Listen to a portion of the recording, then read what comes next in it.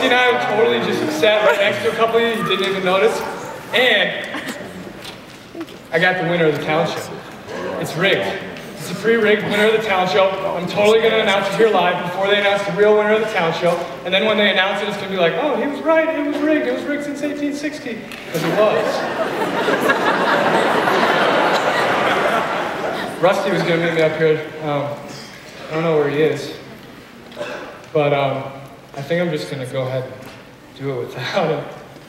So, the winner of the 2010 talent show is...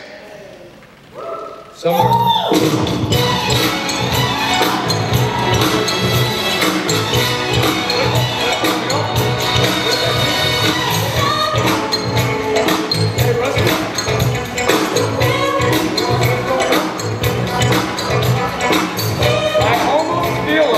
A different track should be playing right now. Almost.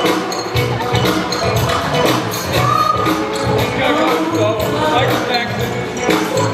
But really, the people upstairs, I almost feel like a different track should be playing.